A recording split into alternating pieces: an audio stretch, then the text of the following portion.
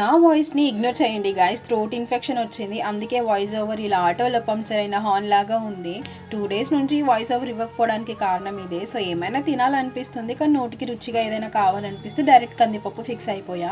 ఎందుకంటే నాకు హెల్త్ బాగాలేకపోతే ఈ పప్పే మెడిసిన్. సో ఫస్ట్ కందిపప్పుని వాష్ చేసిన తర్వాత కుక్కర్లో వేసేయండి. వాటర్, పచ్చిమిర్చి, టమాటో, కొంచెం పసుపు, ఉప్పు అండ్ కంపల్సరీగా కరివేపాకు వేయండి. అదే సీక్రెట్ వెపన్, మమ్మీ చెప్పింది. సో తర్వాత లిడ్ పెట్టేసి 4 విజిల్స్ వచ్చాక బాగా రుబ్బేసుకోండి. తర్వాత పోపు కోసము కొంచెం ఆయిల్, ఆవాలు, జీలకర్ర, ఆనియన్, వెల్లుల్లి వేసేసేయండి. ఆ స్మెల్కి పక్కింటి వాళ్ళకు కూడా ఆకలి వేసేస్తుంది, అంత బాగుంటుంది. సో తర్వాత నేను చింతపండు ముందే రెడీ చేసి పెట్టుకున్నాను నానబెట్టి. సో లాస్ట్లో చింతపండు, కొత్తిమీర వేసేసి హై ఫ్లేమ్లో 2 minutes బాయిల్ చేస్తే మన పప్పు చారు రెడీ. వేడి వేడి అన్నంలో ఈ పప్పు వేసుకొని తింటే ఆ చికెన్ కూడా సైడ్ అయిపోతుంది, అంత బాగుంటుంది టేస్ట్ మాత్రం. ఇంకా మీరు ఏ స్టైల్లో చేశారో కామెంట్లో చెప్పండి గైస్. నెక్స్ట్ టైం ఖచ్చితంగా ట్రై చేస్తాను. బాయ్. ఇవాళకి ఇంతే, మళ్ళీ రేపు